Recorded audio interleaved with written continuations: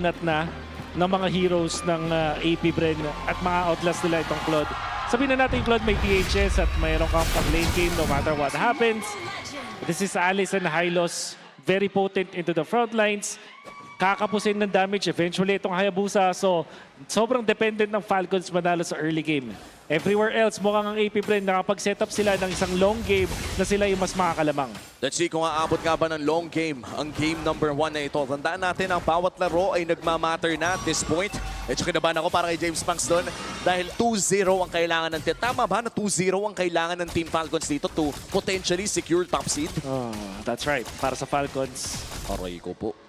Okay. Pinaparamdam agad ni Super Marco yung advantage ng Claude sa metagame ngayon over that Irithel.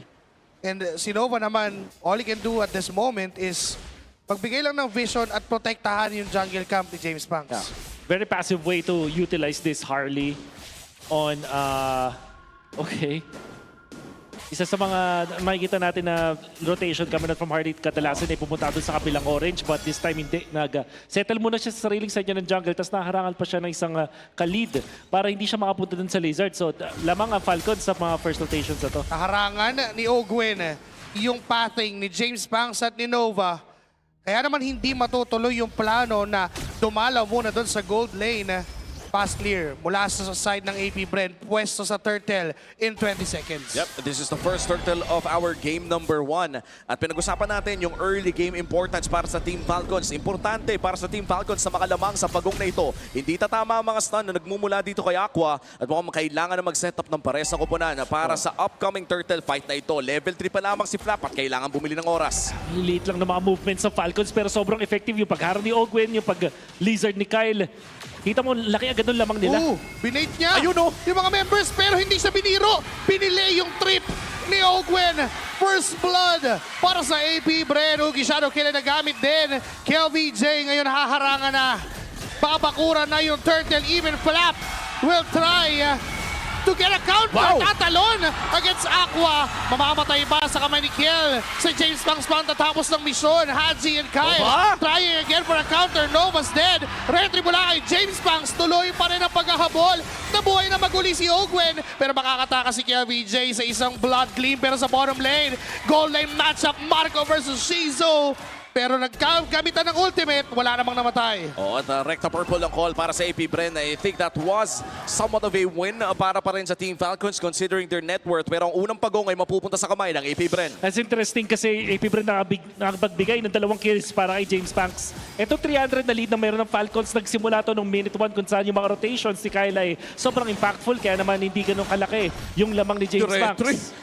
Retribution is para kay Ogwen. But the only reason kung ba't lamang yung Falcons is yung mga investment in the early stages. AP Bren, good recovery on their side to get 2 kills para kay James Punks. Kailangan lang nila mag-ingat at kailangan nila na eventually dalawan na itong bottom lane. And in terms of gold para dito kay James Punks, 2-0 ang kanya nakuha pero mukhang ang choice niya dito, Wolf, ay patungo pa rin sa kanyang Genius 1. patented, di nga Genius 1 to, pare, papuntang concentrated energy ang kanyang first item. Well, yun yung James Punks na type of Harley. May mga Genius 1 the Harley users. Siya yung concentrated energy. Depende lang din sa team fight eh. Tingin ko din maganda yung connection nun kasi gustong maka-early ng AP Bren with this Irithel. At pagdating ng mga second or third turtle, ayun na nga. Concentrated energy available para kay James Punks. Oh, tapos sa pagkakaalam ko, late game, nagbo-brute force breastplate din dito si James Punks. So it's a very interesting build path mula dito sa AP Bren. Pero again, we're talking about early game kung saan kailangan nga manalo ng Team Falcons dito. At paparating na rin ang pangalawang pagong ng larong ito. Hindi naman lumalaki ang kanilang gold lead. Mukhang even pa rin ang ating ball game. But in terms of this second turtle fight, looking at our Infinix in-game equipment, sino nga ba nakakalamang in terms of power spike? Tingin ko yung AP Bren pa rin. Pero yung Falcons, napakaganda no kanilang second turtle kung sakaling i-activate nila yung Claude. However, hindi kasi pumabor sa kanila. Nandito sa may XP side. Yung turtle, this will still be a 4v4 na masasabi kong lamang ang AP Bren. Hadji, hawak niya yung Glorious Pathway. Ogwen with the Raging Sandstorm plus the Flicker. Kyle will get the turtle down. Hahabol ba ang kupunan ng Team Falcons? Pero si Flap at si Ogwen lang doon sa may bandang harap. Tinamaan ng bola. Nabura sa kamay ni Aqua. Turtle kapalit ng kill. Wow, that's a classic stun retry mula dito sa Falcons. Gwen, hindi na nagdalawang isip, inultihan na agad si James Banks nung low na yung turtle. Bugi shadow kaya nagamit kay Nova. Na-terrify ni Hachi dun sa gitna, kaya naman patay. Gwen. At nahorongon pa yun. Oh my goodness. Gwen, in the past minute, lahat, actually, for first to 5 minutes, masasabi kong siya yung gumagawa ng lahat ng tamang galaw sa Falcons. Kaya naman hindi ganun kalaki at ganun ka-flashy, pero lamang na ng 1,200 ang Falcons. Oo. Dahil dun sa mga ginagawa dito ni Gwen. And with the retribution as well coming in from Kyle. Si Gwen na naman ang biktima para dito sa AP Bren. Nabuhay pa ng ilang segundo. Pero mapupunta pa rin sa AP Bren ang kill na iyon. Balik gold lane para dito kay Shizo. Currently 1-0-1 sa larong ito. Ito ba ang win condition na inaabangan natin mula sa AP Bren? For sure, pero yung Falcons kasi lumalamang parang hindi talaga pwede magpa-early dito yung AP Bren. They have to recover once again. Trade for this push. Si Haji ay nabigyan ng deadly magic but still makaka-dash away doon sa poker tricks. And yung ginagawa ni Kyle, kanina lamang si James Pang sa gold pero nabawi niya na by getting those trades off the map. Oo. And looking at their gold, no, lamang na nga dito si Kyle around 300 gold compared sa jungler ng team ng AP Bren. And ito yung importante sa Hayabusa, hindi ka na behind pero mukhang si Gwen na naman ang kanilang bibigyan. Tuwing may tutusukin talaga si Nova, very same concept sa nakita natin sa Twisted Minds kanina. Kung hindi Hilda yung tutusok, this time around it's high loss. At nandiyan pa rin naman ang burst damage na nagmumula sa isang Gord plus this Harley. I think this is the flavor of the week para dito sa ating week number 8. Yeah. Gordon, no? Yung insta-stun, mga high uptime na crowd control. And this time, KLVJ, susubukan niya ng hawakan yung pagong. Gwen ay papasok na. Nagamit na yung Mystic Gush. Na-force out na yung ultimate ni Aqua. At maaaring hawakan muli ni Flap. Dark Wave in. Throne of Ruins mula kay KLVJ. Flap papasok ulit. Shizo ay nandyan. KLVJ will get that turtle. Ahabol ngayon ang Team Falcons. Si KLVJ ang pinapapak pero aatras ang mga members ng AP Bren. Wow, clean take mula sa AP Bren. 2 out of 3 turtles ay sa kanila napunta pero rekta ata ng mid lane ang Team Falcons. Doon na nag-payoff, concentrated energy at medyo makunat na build mula dito kay James Banks. Identifying na siya yung tatalunan palagi ni Gwen, pati na rin ni Flap. Nakontra pa nga doon at nabuhay doon sa teamfight na yun. Limang miyembro ng Team Falcons sa gitna. Kumamit na ng Glorious Pathway at si KLVJ papasok kahabulin si Flap. Si Shizo makakakuha. Gwen ngayon. Humahanap ng matatakbuhan. Deadly Magic at pinrum-brum na lang ni Shizu para kunin ang kill. Ngayon si Kyle ay nakita ni Nova. Susundan pa. Even si KLVJ, si Super Marco, di niya tinatantanan na ngayon ang AP Bren. Lahat ginagawa para makuha ang control over Team Falcons. Wow, saan nang galing yung damage ng AP Bren? Well, kung sabay-sabay nga namang ginamit mula dito kay James Banks Aqua, kadalasan yung Genius 1 ay may magandang benefit kapag meron kang kakampay mga mage dealers na rin. Damage dealers, I mean. But this time, meron kang Glorious Pathway, tapos nilatagan ka nung Mystic Gush, hindi ka nga naman talaga makakatakas even if you're the Phobios. At Shizu, isa sa mga underrated na mga heroes ngayon is the Irritel that can also be a burst. The DPS, technically speaking, or DOT ang isang Irritel, pero kapag may ulti, doon mo mararamdaman yung sakit ng isang Irritel. At i-pair that up with a burst type mage na si Aqua plus another burst na assassin sa kamay naman ni James Pax. Ito yung, I feel like, again, flavor of the week para dito sa week 8 na sobrang potent. I feel like at this point, kapag nakakakita kayo ng double frontliners with a gourd, expected na ganito yung itsura ng combo na paulit-ulit nating makikita. Gord na may bouncer, kumbaga. Ngayon na nangyayari for AP Bren, that's gonna be KLVJ and Nova. Sila pa rin yung kasama. Ayan o, hindi naghihiwalay. Body-body system lang. Ngayon si Gwen ang napili nilang targetin. Pero nandyan si Kyle. May shadow in. Naatras with a quad shadow. Nandyan na naman si Shizu. Nag-ultimate na with a heavy crossbow. Na dark wave lang ni Flap. Pero doon sa gitna, si Gwen napaluhod. Napipilitos ng mag-flaker kasi nanunuot. Yung damage na nanggagaling sa AP Bren. Lahat ay ginagawa para matanggal at ma-show away yung mga members ng Team Falcons para sa Lord Possession na nag-aabang. Oo, at nakakapwesto na nga dito ang side ng AP Bren. Pero i-reset nila ang Lord na ito. And so far, kailangan mo na mag-asikaso ng waves ng Team Falcons dahil grabe yung wave na nakapush doon sa may bantang itaas. Hindi pa naman nila nakikita si Kyle doon sa upper wave. But for Team Falcons, sasayawin muna nila ang Lord na ito. Wala pang information na nakakarating sa AP Bren. To be waiting for reaction mula dito kay Kyle. At ngayon na nagpakita na sa gitna, bibitawan nila yung Lord. Ipapwersa nila yung top, making sure na divided ang mga members ng Falcons. Pero meron ng plano si Kyle. Talagang pinapunish ng mga members ng Falcons dito yung pagiging mabagal ng AP Bren. Oo, pero yun mo, no, that slight indecision coming in from AP Bren means na may additional purple buff dito on Team Falcons. Hahawakan pa rin ito ng side ng AP Bren. Kailangan na nila gumawa ng decision. Kanina pa kumakayod. Ayan na! Ito na yata ang desisyon. I-burst down si Ogwen doon, pero mapapagamit ng Raging Sandstorm para makatakas sa sitwasyon. Ngayon si Kyle ay tuloy pa rin sa pagkuha ng mga pwede niya pang kuhain, just taking time against AP Bren. Just like that, nag-level 14, lumamang na si Kyle. Pagbalik dito ni James Max sa purple buff niya, wala na siyang naabutan. At makakakuha pa rin siya ng level 14, thankfully dito sa orange buff. But Falcons, if they keep on doing this, ma-out-macro nila yung AP Bren. Nagpakita na si Kyle doon sa top lane. Senyas na ba to para sa AP Bren? Nakunin na yung Lord. I-blitz at mamadaliin. At si Haji pa ang nakakuha doon. No jungler, no problemo para sa Falcons yun. Ngayon tutuloy sa paghahabol. With Haji getting that throne of ruins. Hindi. Kinopya niya lang lahat na pwedeng kunin para makuha mga members ng AP Bren. Yung si KLBJ ay naipit sa likod.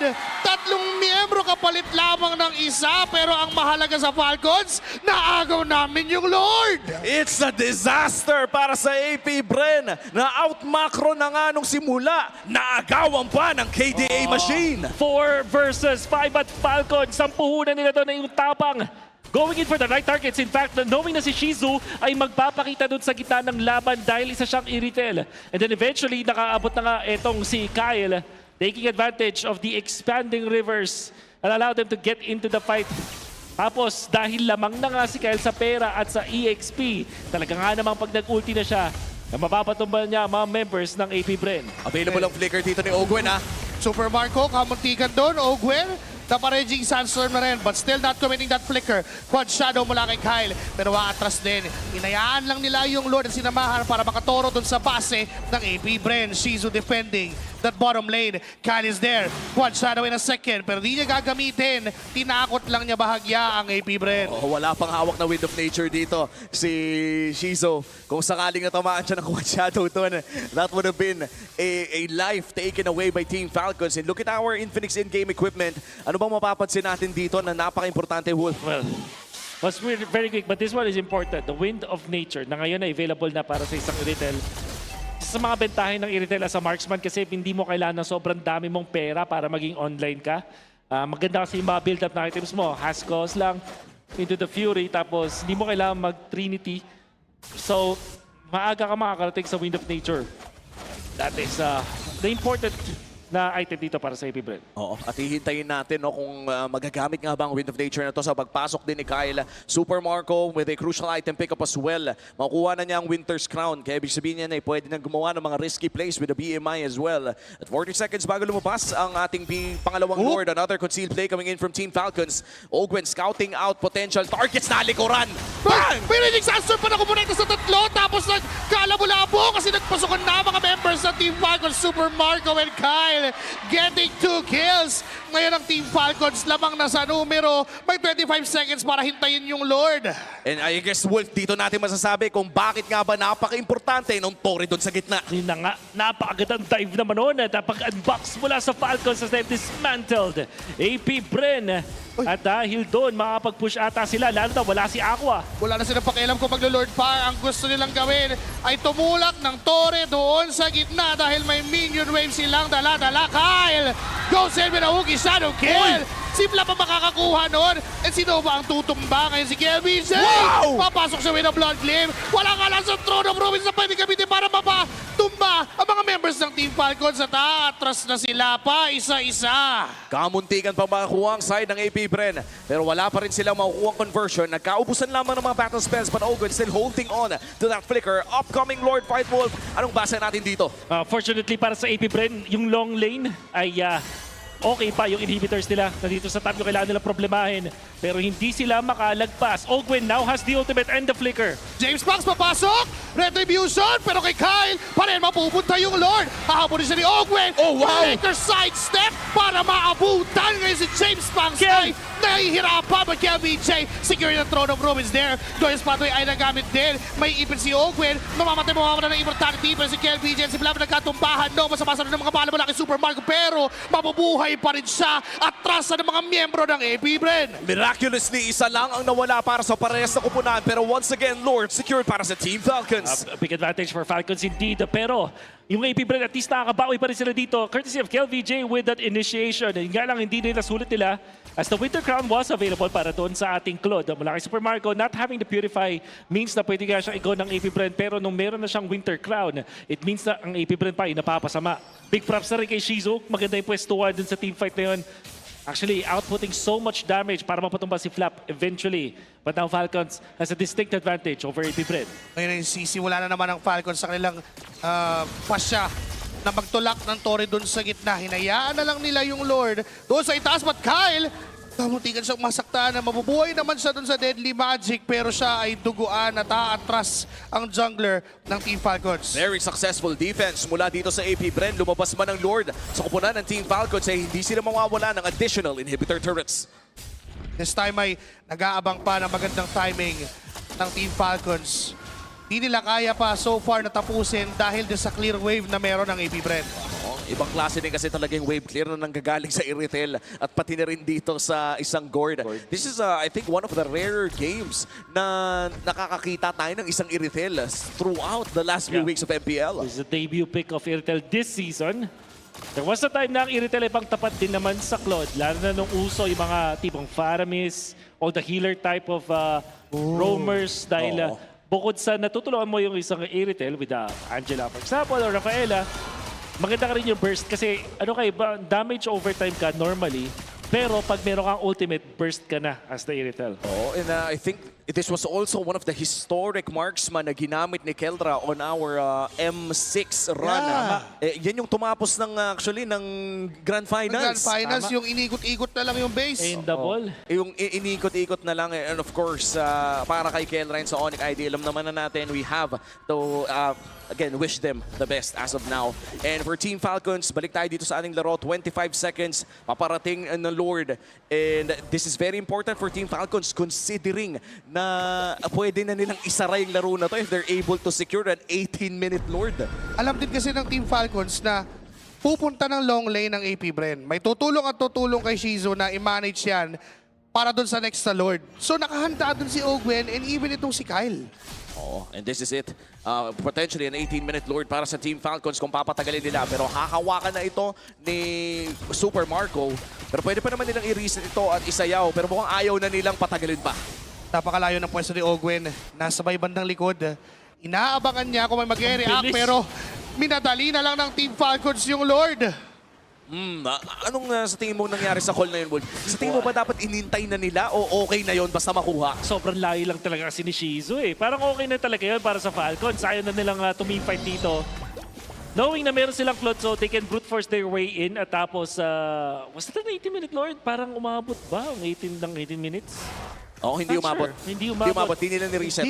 Mas magandang ni-reset ata. But, of course, Falcons, alam nila na meron silang 7,000 lead, meron silang Claude, ang Panapos. Nakopera nila ni Haji gamit ang Throne of Ruins. So, Teka lang. Sila. May conceal play doon sila Ogwen. Hala! Papasok sa base. Kaso dito sa pinagalaw! Raging Sunstorm papaatras at papalayo para makatakas. Ngayon yung 5 miyembro ng AP Bren ito rin sa pagdepensa sa bandang top lane. And now, Flap is there on the front line. Haji hawak niya yung Throne of Ruins. May Lord na dinidepensahan. May ikakasa si KLBJ na sarili niyang Throne of Ruins. Glorious pathway. Ay nagamit din. Flap is low. Winter Crown para maiwasan ang pagkakamatay. But Kyle! Dinugi siya ng kill! And a shutdown mula kay James Banks. Tig-isa lang ang nawala. Naipit na si Shizu at si Aqua. Tinatanong na ni Flap pero nabura sa mga members ng AP Bren. Ogwen! Hinahabol pa ni James Banks. Pero may mga minions na dapat depensahan ng AP Bren. But that's a 2-for-1. Lumamang dun bigla ang AP Bren. Wolf, ito na yung sinasabi mo kanina na kapag naka-heavy crossbow dito si Shizu, nagiging burst type at kapag dikit-dikit, mas noot sa sakit. At nakita natin yung Falcons stumbling in there because of what James Banks was able to do as well as Shizu. At pati rin na naman dito si KLVJ. Yun nga lang Falcons, tingin ko mission success pa rin kasi nakaka-push pa rin sila ng mga Torre. They can just wait this out unless mapita si Ogwen. May immortality pa Buhay. naman siya, pero mabubuhay siya sa pagluhod at pagdasal. Napakakapal nung heal. Kaya naman buhay pa rin si Ogwen.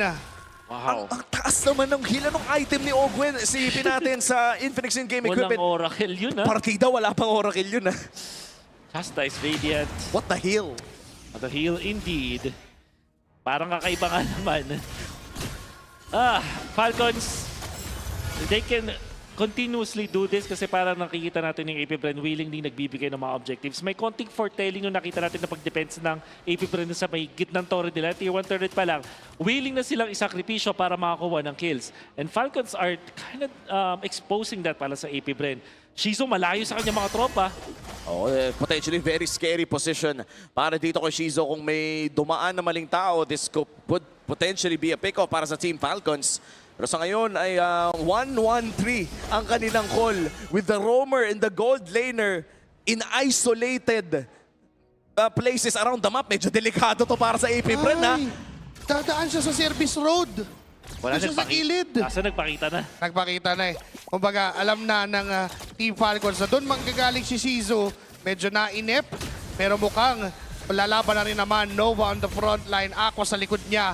KLBJ, papalapit na. May blood di papuntang Lord, pero hindi niya itutuloy yun. Shizu! May masamang binabalak. Hindi ko gusto mga... Nakita yata! Nakita! Nako, Hindi nakita. Wait lang. Nakita. Nandiyan na si KLBJ! Giving him a helping hand! Pero si Shizu ay makakaalis. At aatras din naman Kyle though, na iba rin siyang plano dahil yung mid lane ang gusto niyang i-push para magbigay ng pressure sa AP Bren. Unbelievable. Nakakatakot. Delikado yung ginagawa dito ng AP Bren. But because of that, Falcons will be able to burst this Lord. Na makakalapit pa mga members ng AP Bren. Libreng objective na naman.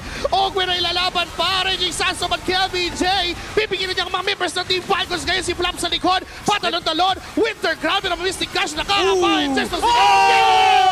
But Haji with that stolen Throne of Ruins to get the members of AP Bren. It's 2-1. Lamang sa numero ang mga Falcon.